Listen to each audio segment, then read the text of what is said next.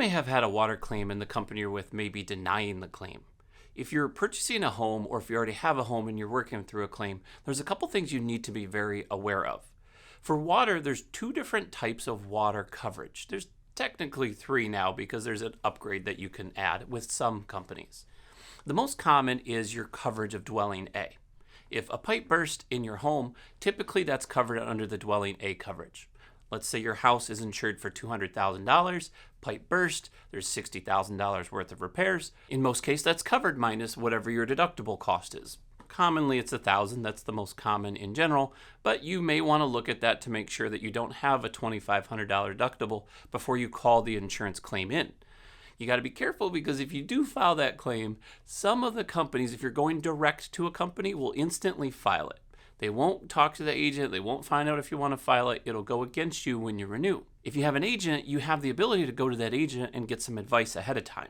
If you're insured with us, definitely give us a call. We can walk you through it and tell you what our options or what we would personally do. We can't decide for you because that's ultimately your choice, but we can at least give you our experience and tell you what steps I would take. The other piece is if you have what's called water backup. That's commonly if a toilet overflows, if a sink overflows. Things that aren't neglectful. Sometimes Timmy throwing the toy in the toilet and flushing it. Most of the time that's covered. I've had a few where it gets a little tricky, but 9 out of 10 times I've seen that covered in most scenarios. I guess we could call this Timmy coverage. So if you got the Timmy coverage or the water backup, that's one of the common things. Some people have septic tanks. Some people have sump pumps. If you do have a sump pump or it's a septic that's backing up, sometimes and some companies exclude that. You need to talk to your agent to make sure that you have the right coverage in that scenario. Being in Michigan as an insurance agent in Michigan, we see it time and time again where other Michigan agents don't typically insure it correctly. They, for some reason, think that water backup isn't needed in a lot of cases, and I plain out disagree. I get it if you're getting like a renter's policy, that's one thing. That's kind of an optional thing where it's like, I only got $15,000 worth of stuff. If I had to start over tomorrow, I'm okay with that. And that's a choice that you get to have. But if you own a home and have a lot of items in that home, and if, let's say, the basement or even the pipe upstairs was to start backing up and that dripped all the way down into the next floor, the next floor, and the next floor, as long as you were able to catch it, it was sudden and incidental, there's a ton of damage that just happened. In most cases, yes, you as a homeowner have the responsibility to get to that main line, shut off the water. That's one of the things that a lot of people don't realize is it's something that you need to go quickly. I'm actually going to link a video at the end of this to a person that I spoke with. We did an interview with a guy named Mike Nitz over at ServPro. One of the benefits of a company like that is they actually show you about your system. If you want a free consultation, they don't charge anything. They come in, they'll show you the main line, they'll even tag it for you so you know where it is. They'll show you the different ins and out of your water system. That way if something does happen, you can be prepared. So what will happen if you don't shut off the water and you just let it happen? They're going to deny that claim. It is your responsibility as the homeowner to fix it. I've actually had a neighbor of mine where his sump pump broke the pipe that was connected to the groundwater. It was supposed to pump water out of the house. That snapped off or came loose and just shot water all over the basement. We ended up not filing a claim because in a lot of cases, even though it probably would have only cost him about $1,000 versus for his deductible, it made more sense to just clear out. Nothing was damaged. There was a lot of toys and knickknacks that were plastic, so they could have just been dried out. We threw some industrial fans down there, probably cost $100 for the electric bill to go up, and we were able to dry out the whole basement. It was an easy fix, but because we were on top of it, and I happened to be his neighbor, so I ran over and helped him, but because we were on top of that, we were able to just avoid the claim. When you have a claim, whether it's water or fire or theft, whatever the case is, it doesn't matter. There's no one at fault, so insurance is naturally going to default to the next step on the renewal. And their next step is there's a claim, the risk is raised, the premium would go up.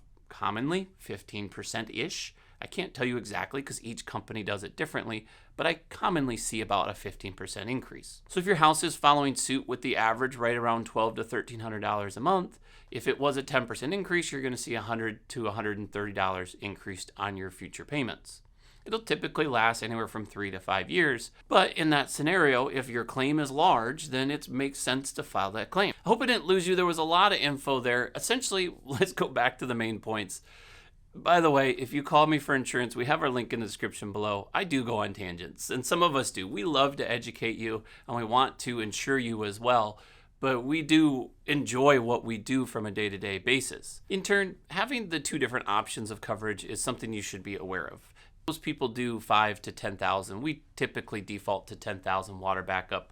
Not always enough, so you may want to increase that if you think you have a lot more stuff. The other part of the water backup that you have to be mindful of is most companies do cover this now, but when I go through and I actually as an agent select that coverage, one of the options is just water backup and water backup with contents.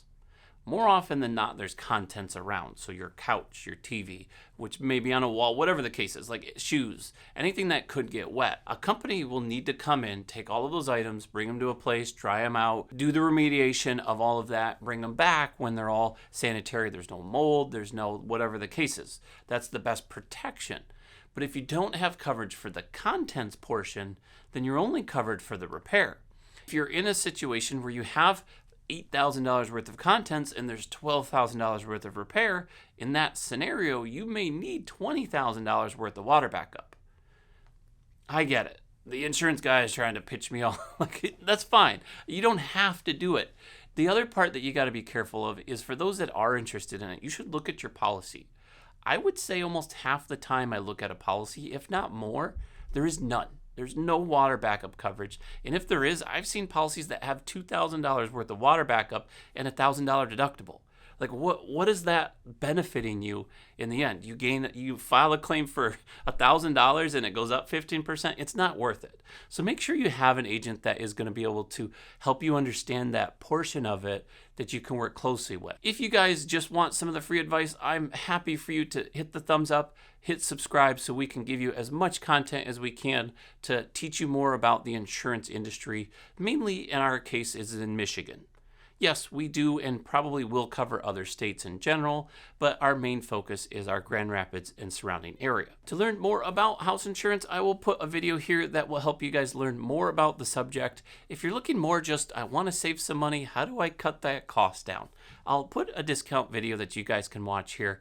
Fairly popular. Obviously, everybody wants to save as much as possible, but that's available for you. I'm Mark with Valor Insurance. I'll see you soon.